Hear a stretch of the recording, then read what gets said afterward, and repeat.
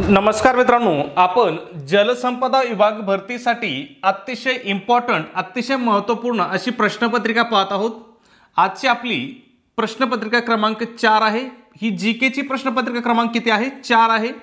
आपली गणिताची एकूण 6 प्रश्नपत्रिका झालेल्या आहेत, त्या सुद्धा तुम्ही पाहिल्या असतात, त्या सुद्धा पाहून घ्या, ठीक आहे। आणि हे जीके आपण काय करतात मित्रांनो, तर टीसीएस पॅटर्ननुसार पाहत आहोत।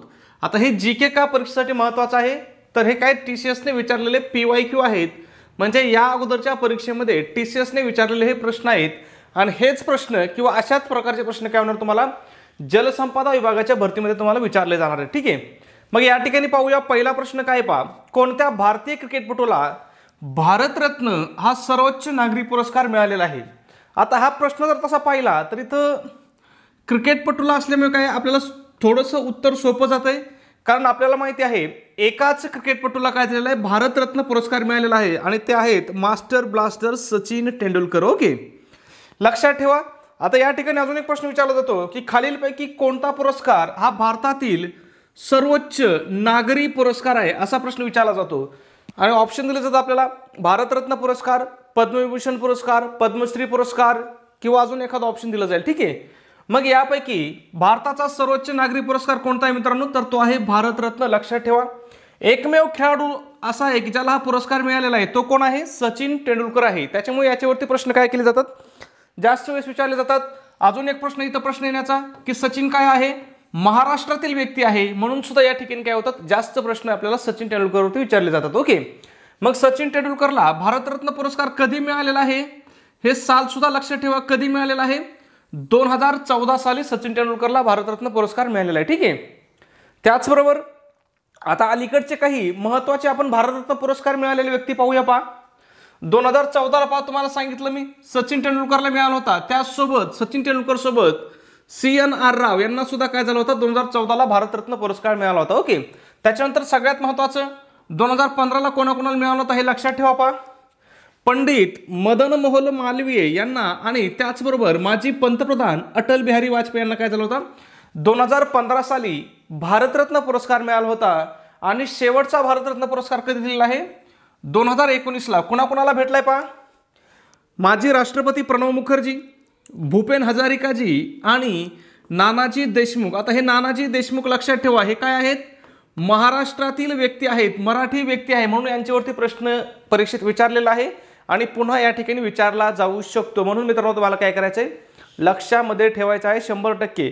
आता एक तर काय लक्षात ठेवायचंय, कोणाला मिळाला हे पण लक्षात ठेवायचंय आणि कधी मिळाला, कोणत्या वर्षी मिळाला हे सुद्धा तुम्हाला काय करायचंय, लक्षात ठेवायचं आहे, ठीक आहे।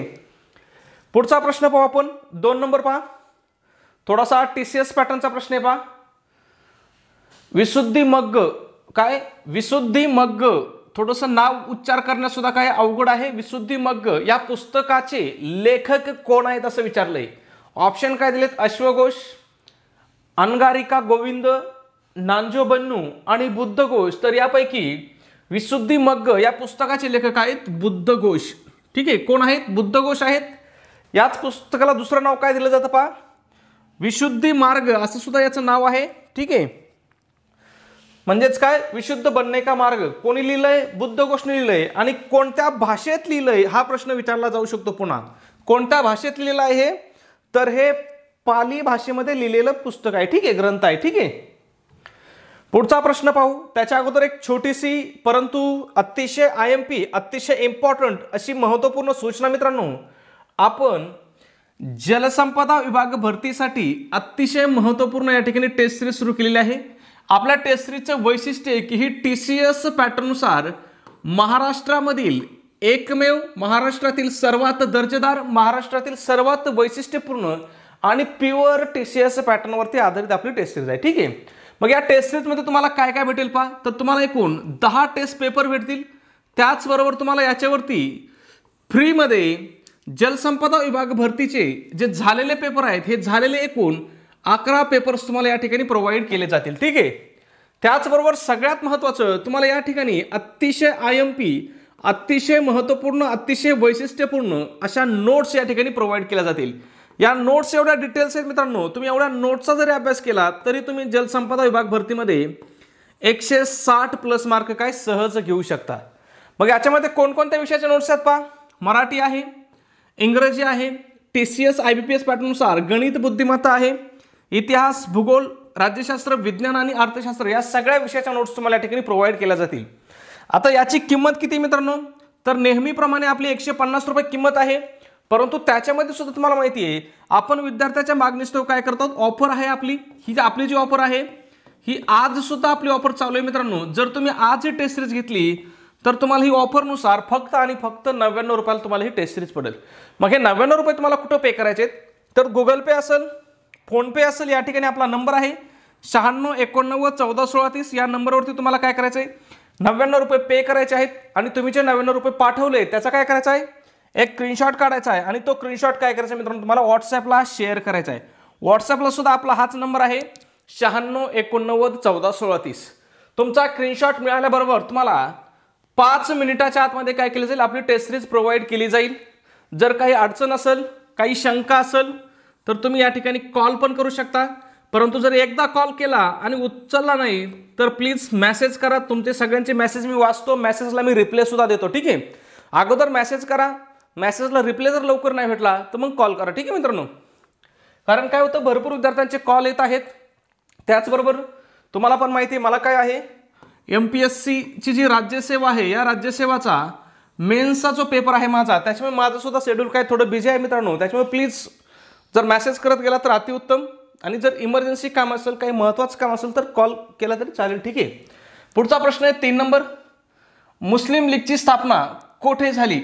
आपण प्रश्न अगोदर पण घेतला होता आणि जसाचा तसा प्रश्न तलाठी भरतीला विचारला होता. या ठिकाणी 2 प्रश्न विचारले होते तलाठी भरतीला. एक तर असं विचारला होता की मुस्लिम लीगची स्थापना कुठे झाली, आणि अजून एक प्रश्न विचारला होता की मुस्लिम लीगच्या स्थापना होण्यासाठी कोणत्या गव्हर्नर जनरलचा पाठिंबा होता. मग तो कोणत्या गव्हर्नर जनरलचा पाठिंबा होता, तर गव्हर्नर जनरल लॉर्ड मिंटोचा काय होता या ठिकाणी मुस्लिम लीगची स्थापना करण्यासाठी काय होता, पाठिंबा होता. आता यांचा हेतू काय होता, तर हिंदू मुस्लिमामध्ये फूट पाडणं. ठीक आहे, मग या ठिकाणी तुम्हाला लक्षात ठेवायचं आहे की मुस्लिम लीगची स्थापना कुठं झाली, तर ती ढाका या ठिकाणी झाली. कधी स्थापना झाली विचारू शकतात, कधी झाली, तर ती 1906 साली झाली. मुस्लिम लीगचे संस्थापक कोण होते याच्यावरती सुद्धा प्रश्न विचारू शकतात. मग संस्थापक कोण होते, तर आगा खान हे काय होते, मुस्लिम लीगचे संस्थापक होते. आणि अध्यक्ष कोण होते, तर ढाक्याचे जे नवाब होते हे काय होते, या मुस्लिम लीगचे पहिले अध्यक्ष होते. हे सुद्धा लक्षात ठेवा, पहिल्या अधिवेशनाचे अध्यक्ष कोण होते, ढाक्याचे नवाब हे काय होते, पहिल्या अधिवेशनाचे अध्यक्ष होते. ठीक आहे, या सगळ्या गोष्टी तुम्हाला काय करायच्यात, लक्षात ठेवायच्यात. पुढचा प्रश्न आहे 4 नंबर. महाराष्ट्र विधानसभेच्या एकूण जागापैकी खालीलपैकी कोणत्या जिल्ह्यातील जागांची संख्या सर्वाधिक आहे असं विचारलंय, की कोणत्या जिल्ह्यामध्ये सर्वाधिक जागांची संख्या आहे. कोणत्या जागा, तर विधानसभेच्या जागा विचारले. ऑप्शन काय दिलेत, मुंबई शहर, शहरे नाही इथं मुंबई शहर पाहिजे, पुणे, मुंबई उपनगर आणि ठाणे. तर यापैकी मुंबई उपनगरमध्ये काय सर्वाधिक जागांची संख्या आहे. किती जागा आहेत या ठिकाणी विधानसभेच्या, तर या ठिकाणी एकूण 26 जागा मुंबई उपनगर या एका जिल्ह्यामध्ये आहेत. आता एक गोष्ट तुम्हाला अजून लक्षात ठेवायची, ती म्हणजे महाराष्ट्राची जी विधानसभा आहे त्या विधानसभेची एकूण सदस्य संख्या किती आहे मित्रांनो, तर ती आहे 288. कशाची, विधानसभा. आणि विधान परिषद पण लक्षात ठेवा, विधान परिषद आणि विधानसभा काय वेगवेगळं आहे. विधान परिषदेची सदस्य संख्या किती आहे, तर ती आहे 78. ओके, खूप इम्पॉर्टंट आहे, लक्षात ठेवा. त्याचबरोबर लोकसभेची सदस्य संख्या किती आहे महाराष्ट्रामध्ये, याच्यावरती सुद्धा प्रश्न विचारला जातो. मग महाराष्ट्रामध्ये एकूण लोकसभेची सदस्य संख्या किती किंवा किती मतदारसंघ आहेत, तर लोकसभेचे एकूण 48 मतदारसंघ महाराष्ट्रामध्ये आहेत, लक्षात ठेवा. ओके, त्याचबरोबर मग एक गोष्ट लक्षात ठेवा की प्रत्येक लोकसभा मतदारसंघामध्ये किती विधानसभा मतदारसंघ समाविष्ट आहेत, तर 6 विधानसभा मतदारसंघ समाविष्ट आहेत. ठीक आहे, सिंपल गोष्ट आहे, लक्षात ठेवा. हे आकडे त्याच्यामध्ये पहा, ही 48चा आकडा आणि हे 288, हे 2 आकडे तुम्हाला तोंड पाहतच ठेवायचे आहेत. भरपूर वेळेस त्या ठिकाणी प्रश्न विचारला जातो. पुढचा प्रश्न काय आहे, महाराष्ट्र राज्यातील नगर पंचायतीमधील किमान आवश्यक संविधानिक सदस्य संख्या. आता काय विचारलंय, नगर पंचायतीमधील किमान आवश्यक, किमान म्हणजे काय, कमीत कमी आवश्यक सदस्य संख्या किती आहे असं या ठिकाणी आपल्याला सरळ सरळ प्रश्न विचारलेला आहे. किमान म्हणजे काय असतं, कमीत कमी. मग नगर पंचायतीमध्ये कमीत कमी किती सदस्य असतात, तर कमीत कमी 9 सदस्य असतात. आणि जास्तीत जास्त किती असतात, तर 9 ते 20 सदस्य ही काय असती, नगर पंचायतीची सदस्य संख्या असते. म्हणजे कमीत कमी 9 आणि जास्तीत जास्त किती 20 सदस्य असतात. कशामध्ये, नगरपंचायतीमध्ये, बरोबर. त्याचबरोबर आता जी नगर परिषदेचा पेपर झाला त्या ठिकाणी प्रश्न विचारला होता की नगर परिषदेच्या जे हे असतात मतदारसंघ असतात म्हणा किंवा छोटे छोटे विभाग केले जातात, त्या विभागाला काय म्हटलं जातं, तर त्या छोट्या छोट्या विभागाला काय म्हटलं जातं, प्रभाग म्हटलं जातं. त्यालाच वार्ड असं सुद्धा नाही, वार्ड कसे असतात, वार्ड ग्रामपंचायतचे असतात, हे लक्षात ठेवा. वार्ड कोणाचे असतात, ग्रामपंचायतचे जे मतदारसंघ असतात त्याला आपण काय म्हणतो, वार्ड म्हणतो. आणि नगरपंचायतीचे काय म्हणतो, प्रभाग म्हणतो. हा फरक लक्षात ठेवा. याच्यावरती प्रश्न परीक्षेत विचारलेला आहे. आणि या वार्डवरती सुद्धा प्रश्न आला होता, पण कुठं आला होता, आता महाज्योतीचे पेपर झाले ते पास MPSC UPSCच्या शिष्यवृत्तीसाठी, त्या ठिकाणी याच्यावरती प्रश्न आला होता. ठीक आहे, म्हणजे कुठं प्रश्न येऊ शकतो, कारण सिलेबस काय आहे, सारखाच आहे. त्याचबरोबर 2 तज्ज्ञ सदस्य काय केले जातात, राज्य शासनाद्वारे नगरपंचायतीवरती नियुक्त केले जातात. म्हणजे या ठिकाणी प्रश्न विचारला जाऊ शकतो की राज्य शासनाद्वारे नगरपंचायतीवर किती तज्ज्ञ सदस्य नियुक्त केले जातात. मग किती तज्ज्ञ सदस्य नियुक्त केले जातात, तर 2 सदस्य नियुक्त केले जातात. त्याचबरोबर त्या क्षेत्रातले जे आमदार खासदार आहेत हे सुद्धा काय असतात, नगरपंचायतीचे पदसिद्ध सदस्य असतात. हे वाक्य सुद्धा लक्षात ठेवा. बऱ्याच वेळेस असं वाक्य काय होतं, खालीलपैकी कोणतं विधान योग्य आहे किंवा अयोग्य अशा विधानामध्ये असा प्रश्न विचारला जातो, असं वाक्य दिलं जातं. ठीक आहे. पुढचा प्रश्न 6 नंबर कॉमन प्रश्न होता. ताडोबा अंधारी व्याघ्र प्रकल्प महाराष्ट्रातील कोणत्या जिल्ह्यामध्ये आहे, बच्चे का मालूम आहे कोणत्या जिल्ह्यामध्ये आहे, तर हे चंद्रपूर जिल्ह्यामध्ये आहे. आता या ठिकाणी महाराष्ट्रामध्ये एकूण किती व्याघ्र प्रकल्प आहेत, 6 आहेत. आता हे आपण भरपूर वेळेस घेतलेले आहेत, त्याच्यामुळे मला वाटत नाही की पुन्हा इथं स्पष्टीकरण देण्याची गरज आहे. आता फक्त तुम्हाला एक लक्षात ठेवायची की कोणता व्याघ्र प्रकल्प कोणत्या जिल्ह्यामध्ये आहे. मग मेळघाट व्याघ्र प्रकल्प अमरावती जिल्ह्यामध्ये आहे, पेंच व्याघ्र प्रकल्प नागपूरमध्ये आहे. आता अजून एक दुसरा पेंच व्याघ्र प्रकल्प आहे, हा कोणत्या राज्यामध्ये आहे, तर हा मध्य प्रदेश राज्यामध्ये आहे. हे दोन्ही काय आहेत मित्रांनो, वेगवेगळे आहेत, हे लक्षात ठेवा. ठीक आहे. त्याच्यानंतर ताडोबा अंधारी याच्यावरती तर प्रश्न आहे आपला. त्याच्यानंतर सह्याद्री व्याघ्र प्रकल्प एकूण 4 जिल्ह्यामध्ये पहा, सातारा, सांगली, कोल्हापूर आणि रत्नागिरी. भरपूर वेळेस याच्यावरती प्रश्न विचारलेला आहे की खालीलपैकी कोणत्या जिल्ह्यामध्ये सह्याद्री व्याघ्र प्रकल्प आहे किंवा कोणत्या जिल्ह्याचा सह्याद्री व्याघ्र प्रकल्पाच्या क्षेत्रामध्ये समावेश होतो. भरपूर वेळेस मित्रांनो परीक्षेत प्रश्न विचारलेला आहे, म्हणून सांगतो लक्षात ठेवा. सातारा, सांगली, कोल्हापूर, रत्नागिरी. त्याच्यानंतर नवेगाव, नागझिरा, गोंदिया आणि बोर व्याघ्र प्रकल्प कोणत्या जिल्ह्यामध्ये आहे, तर तो आहे वर्धा जिल्ह्यामध्ये. ठीक आहे. पुढचा प्रश्न 7 नंबर, महाराष्ट्रातील कोणत्या जिल्ह्यात तात्या टोपेंचा जन्म झाला, आहे की नाही, आउट ऑफ सिलेबस प्रश्न. मग महाराष्ट्रातील तात्या टोपेंचा जन्म कोणत्या जिल्ह्यामध्ये झाला होता, तर नाशिक जिल्ह्यामध्ये झाला होता. कधी जिल्हा झाला होता, तर 1814ला झाला होता. आणि नाशिक जिल्ह्यामधलं कदाचित ठिकाण सुद्धा विचारू शकतात, कोणत्या ठिकाणी झाला, तर येवले या ठिकाणी झाला होता. ठीक आहे. त्याच्यानंतर अजून एक प्रश्न विचारला जातो की नानासाहेबांचे सेनापती कोण होते, तर नानासाहेबांचे सेनापती कोण होते, तात्या टोपे होते. किंवा असा सुद्धा प्रश्न विचारू शकतात की तात्या टोपे हे कोणाचे सेनापती होते, तर हे नानासाहेबांचे काय होते, सेनापती होते. ठीक आहे. आणि 1857च्या युद्धामध्ये त्यांनी काय केलं होतं, इंग्रजांना एक जबर फाईट दिली होती, जबर लढत दिली होती. ओके. परंतु तात्या टोपे यांना काय केलं होतं, इंग्रजांनी पकडून फाशी दिली होती. मग या ठिकाणी प्रश्न विचारला जातो की कोणाच्या फितुरीमुळे तात्या टोपे यांना इंग्रजांनी पकडलं, तर कोणाच्या फितुरीमुळे, तर मानसिंहाच्या किंवा मानसिंगाच्या फितुरीमुळे. आणि त्यांना फाशी कधी दिली, तारीख पण लक्षात ठेवा, 18 एप्रिल 1859 साली काय झाली होती, तात्या टोपे यांना फाशी दिली होती. ही फाशी कुठे देण्यात आली, याच्यावरती सुद्धा प्रश्न आलेला आहे. कुठे दिली होती, शिवपुरी या ठिकाणी.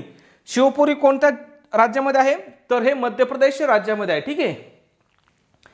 पुढचा प्रश्न, खालीलपैकी कोणत्या नृत्याचा उगम केरळमध्ये झाला असं विचारलंय, कुठे झालं विचारलंय, केरळ या ठिकाणी. मग केरळमध्ये ऑप्शन बघूया, मोहिनी अट्टम, भरतनाट्यम, कुचिपुडी आणि कथ्थक. तर यापैकी मोहिनी अट्टम हे जे नृत्य आहे याचा उगम काय झाला होता, केरळ राज्यामध्ये झाला होता. त्याच्यानंतर केरळचं अजून एक शास्त्रीय नृत्य आहे, ते कोणतं आहे, कथ्थकली. ठीक आहे. कथ्थकली आणि कथ्थक वेगवेगळं आहे, लक्षात ठेवा. कथ्थकली नृत्य कोणत्या राज्याचं आहे, केरळ राज्याचं आहे.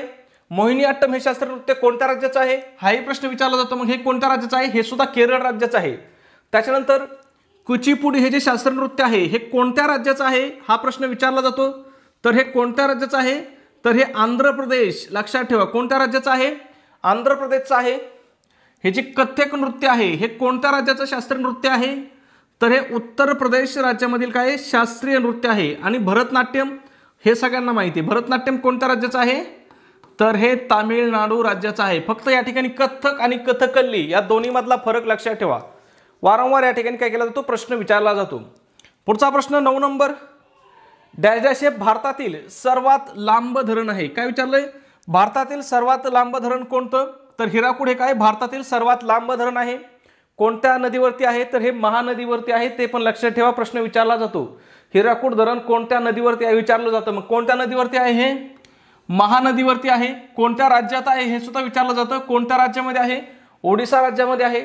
त्याच्यानंतर भारतातील सर्वात उंच धरण कोणतं, प्रश्न विचारला जातो. मग कोणतं धरण सर्वात उंच आहे, तर टेहरी धरण सर्वात उंच आहे. टेहरी धरण कोणत्या राज्यामध्ये आहे, हाही प्रश्न विचारला जातो. कोणत्या राज्यामध्ये आहे, उत्तराखंड. आणि टेहरी धरण कोणत्या नदीवरती आहे, तर हे कोणत्या नदीवरती आहे मित्रांनो, हे भागीरथी नदीवरती आहे. त्याच्यानंतर अजून एक प्रश्न विचारला जातो की सर्वात मोठे धरण कोणते. मग भारतामधील सर्वात मोठं धरण कोणतं आहे, तर ते आहे भाकरा नांगल धरण.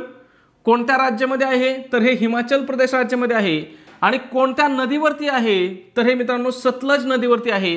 आणि अजून या ठिकाणी प्रश्न विचारला जातो की भाकरा नांगर धरणाच्या जलाशयाचं नाव काय आहे. मग जलाशयाचं नाव काय आहे, तर गोविंद सागर हे भाकरा नांगल धरणाच्या जलाशयाचं नाव आहे. हे लक्षात ठेवा, वारंवार हे प्रश्न परीक्षेत रिपीट होत आहेत मित्रांनो. ठीक आहे. पुढचा प्रश्न 10 नंबर, 31 मार्च 2020 रोजी नुसार महाराष्ट्रातील कोणत्या जिल्ह्यात आंतरराष्ट्रीय विमानतळ नाही. सिंपल प्रश्न होता, कारण तुम्ही ऑप्शन पाहिले तर लगेच तुमच्या लक्षात येईल. मुंबई आहे, मुंबईमध्ये तर आंतरराष्ट्रीय विमानतळ असणारच आहे. त्याच्यानंतर इथं जळगाव होतं, नागपूर, पुणे. तर यापैकी जळगाव जिल्ह्यामध्ये काय आहे, आंतरराष्ट्रीय विमानतळ नाही आहे. लक्षात ठेवा, मुंबईचं जे आंतरराष्ट्रीय विमानतळ याचं नाव काय, छत्रपती शिवाजी महाराज आंतरराष्ट्रीय विमानतळ आहे. नागपूरच्या विमानतळाचं नाव काय, तर डॉक्टर बाबासाहेब आंबेडकर आंतरराष्ट्रीय विमानतळ आहे. या दोन्ही विमानतळाच्या नावावरती सुद्धा परीक्षेत प्रश्न विचारलेला आहे. ठीक आहे. पुढचा प्रश्न पाहू, 11 नंबर, पुढीलपैकी कोणत्या मराठी लेखकास किंवा लेखकाला ज्ञानपीठ पुरस्कार मिळालेला आहे असं विचारलंय.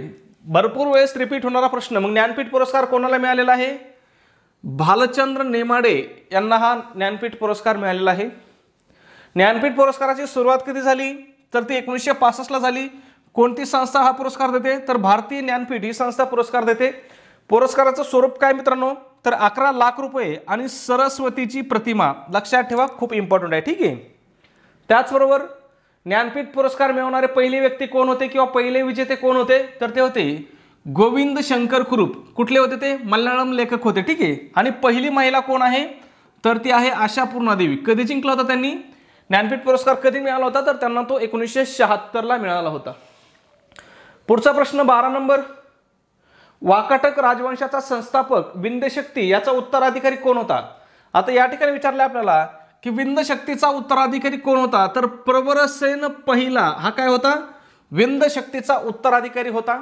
त्याच्यानंतर या ठिकाणी एक सगळ्यात महत्त्वाचा प्रश्न विचारला जातो की वाकाटक घराण्याचा संस्थापक कोण किंवा वाकाटक घराण्याची स्थापना कोणी केली. तर वाकाटक घराण्याची स्थापना कोणी केली होती मित्रांनो, विंध्यशक्ती यांनी केली होती. खूप इम्पॉर्टंट आहे, परीक्षेमध्ये भरपूर वेळेस हा प्रश्न जशाच्या तसा काय झालेला आहे, रिपीट झालेला आहे. ठीक आहे.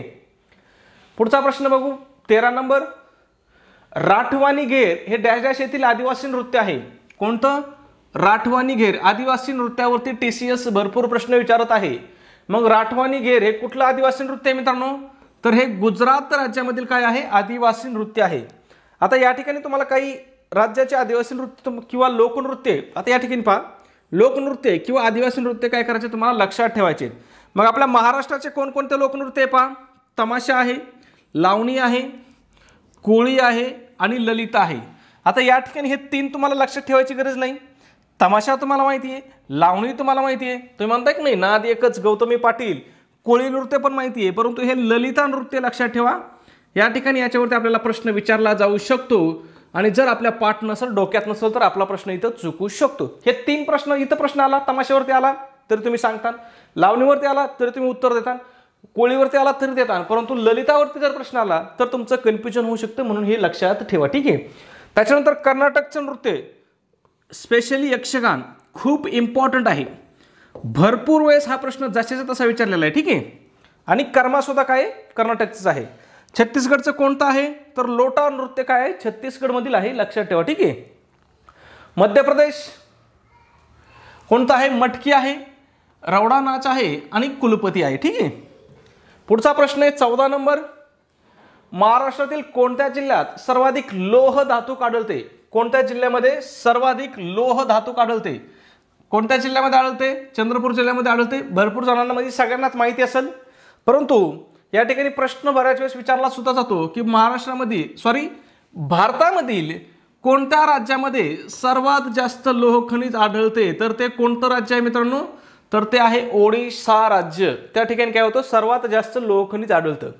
आता या ठिकाणी लोह खनिजाचे किती प्रकार आहेत हाही प्रश्न विचारला जातो. किती प्रकार आहेत? 4 आहेत. फक्त प्रकार लक्षात ठेवा, पुढचं लक्षात नाही ठेवलं तरी चालेल, कारण प्रश्न आपल्याला प्रकारावरती विचारला जातो. मग सगळ्यात शुद्ध लोखंड कोणतं असतं? मॅग्नेटाइट, त्याच्यानंतर हेमेटाइट, लिमोनाइट आणि सिडेराइट. हे 4 काय आहेत? लोह खनिजाचे प्रकार आहेत. उच्च प्रतीचं लोह खनिज कोणतं जर असं विचारलं तर काय उत्तर लिहायचं आहे? मॅग्नेटाइट हे काय सर्वात उच्च प्रतीचं लोह खनिज आहे, हे लक्षात ठेवा. सर्वात जास्त कोणत्या जिल्ह्यामध्ये आढळतं? चंद्रपूरमध्ये आढळतं. आणि कोणत्या राज्यामध्ये सर्वाधिक आढळतं असं जर विचारलं तर उत्तर येईल आपलं ओडिशा राज्यामध्ये काय होतं? सर्वाधिक लोह खनिज आढळतं. ठीक आहे, पुढचा प्रश्न पाहू. 15 नंबर. भारतातील खालीलपैकी कोणत्या राज्याची सीमा महाराष्ट्राला लागून नाही असं विचारलंय? काय विचारलंय? लागून नाही असं विचारलंय. ऑप्शन काय दिलेत? गोवा, गोव्याची आहे. आंध्र प्रदेश, हेच आपलं उत्तर असणार आहे, कारण आंध्र प्रदेशची सीमा सध्या महाराष्ट्राला लागत नाही. जुन्या पुस्तकात दिलेलं असेल, परंतु नवीन पुस्तकात आता लागत नाही. या ठिकाणी जे तेलंगणा राज्य निर्माण केलं आंध्र प्रदेशमधून, या तेलंगणाची सीमा काय होते? महाराष्ट्राला लागते. आंध्र प्रदेशची लागत नाही, हे लक्षात ठेवा. ओके, मग महाराष्ट्राची सीमा किती राज्याला लागते? प्रश्न विचारला होता तलाठी भरतीत. किती राज्याला लागते? एकूण 6 राज्याला लागते आणि एका केंद्रशासित प्रदेशाला सुद्धा ही सीमा लागते. हा केंद्रशासित प्रदेश कोणता आहे? तर हा दादरा नगर हवेली. ठीक आहे, पुढचा लिहित नाही मी, सगळ्यांना माहिती आहे दादरा नगर हवेली, दीव दमण हा आता काय झालाय? एकत्र झालेला आहे. ठीक आहे, लक्षात ठेवा. त्याच्यानंतर हे जे 6 राज्य आहेत, हे 6 राज्य कोणते आहेत पाहूया. तर मध्य प्रदेश आहे आणि सर्वाधिक सीमा काय? सर्वाधिक सीमा म्हणजे सगळ्यात जास्त सीमा काय होते? मध्य प्रदेशला लागते. एकूण मध्य प्रदेशला किती जिल्ह्याची सीमा लागते हा प्रश्न सुद्धा विचारलेला आहे. मग मध्य प्रदेशला या ठिकाणी एकूण 8 जिल्ह्याची सीमा लागते मित्रांनो. किती जिल्ह्याची? 8 जिल्ह्याची. त्याच्यानंतर पहा, कर्नाटक आहे, तेलंगणा आहे, छत्तीसगड आहे, गोवा आहे, गुजरात आहे. कर्नाटकला किती जिल्ह्याची सीमा लागते? 7 जिल्ह्याची लागते. तेलंगणाला किती जिल्ह्याची सीमा लागते? 4 जिल्ह्याची लागते. छत्तीसगडला किती? 2 जिल्हे. गोव्याला एकच जिल्हा आहे, तो म्हणजे सिंधुदुर्ग. आणि गुजरातला किती जिल्ह्याची सीमा लागते? तर गुजरातला सुद्धा मित्रांनो 4 जिल्ह्याची सीमा लागते. म्हणजे कोणत्या राज्याला किती जिल्ह्याची सीमा लागते हे सुद्धा तुम्हाला काय करायचे? लक्षात ठेवायचे. सगळ्यात जास्त सीमा कोणत्या राज्याला लागते विचारल्यास डोळे झाकून उत्तर आणायचे. मध्य प्रदेशला काय होते? सर्वात जास्त सीमा लागते. ठीक आहे, पुढचा प्रश्न 16 नंबर. आत्मनिष्ठ युवती समाजाची स्थापना पुढीलपैकी कोणी केली? आत्मनिष्ठ युवती समाज हा प्रश्न सुद्धा पुस्तकात नव्हता, परंतु TCSने विचारला होता. मग आत्मनिष्ठ युवती समाजाची स्थापना कुठे झालेली आहे मित्रांनो? कोणी केलेली आहे? तर ती येशूबाई गणेश सावरकर. आता हे गणेश सावरकरांच्या पत्नी होते येशूबाई सावरकर. आणि गणेश सावरकर कोण होते? तर स्वातंत्र्यवीर सावरकरांचे बंधू गणेश सावरकर होते. यांना सुद्धा काय झाली होती?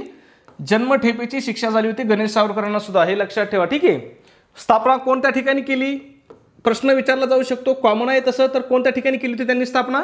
नाशिक जिल्ह्यामध्ये केली होती. पुढचा प्रश्न आहे 17 नंबर. लखनौ येथील 1857च्या उठावाचे नेतृत्व डॅश यांनी केले. लखनौ येथील 1857च्या उठावाचं नेतृत्व डॅश यांनी केलं. आता जर तुम्ही एक शब्द पाहिला मित्रांनो, तर तो शब्द पहा सगळीकडे. इथं पण बेगम आहे, इथं पण बेगम आहे, इथं पण बेगम आहे आणि इथं पण बेगम आहे. मग उत्तर आपलं नेमकं कोणतं हे आपलं कन्फ्युजन होतं. ठीक आहे, मग या उठावाचं नेतृत्व कोणी केलं होतं? तर त्या अवधच्या बेगमांनीच केलं होतं. म्हणजे सरळ सरळ तुम्हाला एवढंच लक्षात ठेवायचे. ओके, मग या ठिकाणी उठावाची सुरुवात कधी झाली अवधमध्ये हे सुद्धा लक्षात ठेवा. 30 मे 1857 रोजी काय झाली होती? लखनौ या ठिकाणी काय झाली होती? बंडाची सुरुवात झाली होती. लखनौ हे कोणतं राज्य होतं? तर या अवध राज्याची राजधानी होती लखनौ मित्रांनो. म्हणून यांना काय म्हटलं जातं? अवधच्या बेगम म्हटलं जातं. इथं जरी लखनौ शब्द दिला असला तरी उठाव कोणत्या राज्यामध्ये झाला होता? हा अवधच्या राज्यामध्ये झाला होता. आणि याची सुरुवात कोणी केली होती? अवधच्या बेगमने. त्यांचं खरं नाव काय होतं? तर बेगम हजरत महल हे त्यांचं खरं नाव होतं, पण त्यांना काय म्हणायचे? अवधच्या बेगम असं त्यांना म्हटलं जायचं. ठीक आहे, आणि त्यांनी कुणाला गादी बसवलं होतं? तर आपला अल्पवयीन मुलगा कादिर याला काय केलं होतं? गादीवर बसवलं होतं आणि त्याच्या नावाने हे काय करत होती? बेगम हजरतमहल कारभार पाहत होते. ठीक आहे. उठाव झाल्यानंतर बेगम हजरतमहल कुठं निष्ठून गेल्या याच्यावरती सुद्धा प्रश्न विचारला जातो. ह्या कुठं गेल्या होत्या? ह्या नेपाळला गेल्या होत्या. लक्षात ठेवा, नेपाळला कोण कोण गेलं होतं? बेगम हजरतमहल आणि नानासाहेब पेशवे हे दोन व्यक्ती काय झाले होते? यांनी नेपाळमध्ये पलायन केलं होतं. यांच्यावरती भरपूर वेळेस परीक्षेत प्रश्न विचारलेला आहे. ठीक आहे. त्याचबरोबर या ठिकाणी अजून एक प्रश्न विचारला जातो. लखनौ येथील उठावाचा बिमोड कोणी केला किंवा उठाव कोणी मोडून काढला? तर तो कोणी मोडून काढला होता? ऑट्रम हॅवलॉक यांनी काय केलं होता? लखनौ येथील उठाव मोडून काढला होता किंवा त्याचा बंदोबस्त केला होता. पुढचा 18 नंबर प्रश्न. बंगाली साहित्यातील नीलदर्पण ही रचना कोणत्या साहित्य प्रकारामध्ये मोडते? तर ही रचना कोणत्या साहित्य प्रकारामध्ये मोडते? नाटकामध्ये मोडते. हे एक नाटक आहे. नीलदर्पण हे काय आहे? नाटक आहे. परंतु या ठिकाणी असा एक प्रश्न विचारला होता की नीलदर्पण हे जे नाटक आहे हे कोणत्या घटनेशी निगडीत आहे किंवा खालीलपैकी कशाशी निगडीत आहे, असा प्रश्न काय झाला होता? तलाठी भरती 2023ला TCSने विचारला होता. मग हे कशाशी निगडीत होतं? तर बंगालमध्ये जो निळीचा उठाव झाला होता या उठावावरती आधारित काय हे नीलदर्पण हे नाटक आहे. कुणाचं आहे? याचे लेखक कोण आहेत? तर बंगाली लेखक दीनबंधू मित्र यांनी हे लिहिलेलं आहे. कधी लिहिलं? 1858-59 रोजी त्यांनी काय केलं? 1858 किंवा 1859ला त्यांनी काय केलं होतं? हे लिहिलं होतं. आणि हे प्रकाशित कधी झालं? तर 1860ला. कुठं प्रकाशित झालं? तर ढाक्यामध्ये हे प्रकाशित नाटक हे नाटक काय झालं होतं? प्रकाशित झालं होतं. ठीक आहे. पुढचा प्रश्न 19 नंबर. पुन्हा कॉमन प्रश्न, भरपूर वेळेस रिपीट होणारा प्रश्न. सत्यशोधक समाजाचे मुखपत्र कोणते होते? मग यापैकी सत्यशोधक समाजाचं मुखपत्र कोणतं होतं? तर दीनबंधू हे काय होतं? सत्यशोधक समाजाचं मुखपत्र होतं. दीनबंधूचे स्थापना कधी झाली याच्यावरती सुद्धा प्रश्न विचारला जातो. तर 1877 रोजी काय झाली होती? दीनबंधूची स्थापना झाली होती. दीनबंधू स्थापन होण्यामागं कोणाचं सहकार्य होतं? तर सहकार्य कोणाचं होतं? महात्मा फुले यांचं होतं. परंतु स्थापना आणि संपादक कोण होतं? तर ते कृष्णराव भालेकर होते. स्थापना कोणी केली हा प्रश्न आला तरी उत्तर काही नाही आपलं. कृष्णराव भालेकर यांनी स्थापना केली. कधी स्थापना केली? 1877ला. संपादक कोण होते विचारलं तर उत्तर काही नाही आपलं. कृष्णराव भालेकर हे संस्थापक होते. फक्त सहकार्य किंवा कोणाच्या आशीर्वादाने कोणाच्या सहकार्याने चालू झालं तर उत्तर येईल महात्मा फुले. आणि कधी? 1877. कोणत्या समाजाचं मुखपत्र होतं? तर ते सत्यशोधक समाजाचं मुखपत्र होतं. ठीक आहे. पुढचा आपला 20 नंबर प्रश्न काय विचारले पहा. तुम्ही मला रक्त द्या मी तुम्हाला स्वातंत्र्य देईन हे कोणी म्हटलं? तुम मुझे खून दो मैं तुम्हें आजादी दूंगा हे वाक्य कोणाचं आहे किंवा असं कोणी म्हटलं होतं? ह्या प्रश्नाचं उत्तर काय करायचं मित्रांनो तुम्हाला कमेंटमध्ये सांगायचं आहे. त्याचबरोबर सबस्क्राईब करायचं राहून गेला असाल सबस्क्राईब करा. व्हिडिओ आवडला असेल तर प्लीज व्हिडिओला एक लाईक करा. भेटूया मित्रांनो आपल्या पुढच्या उद्याच्या नवीन व्हिडिओमध्ये. तोपर्यंत सर्वांना जय हिंद जय महाराष्ट्र.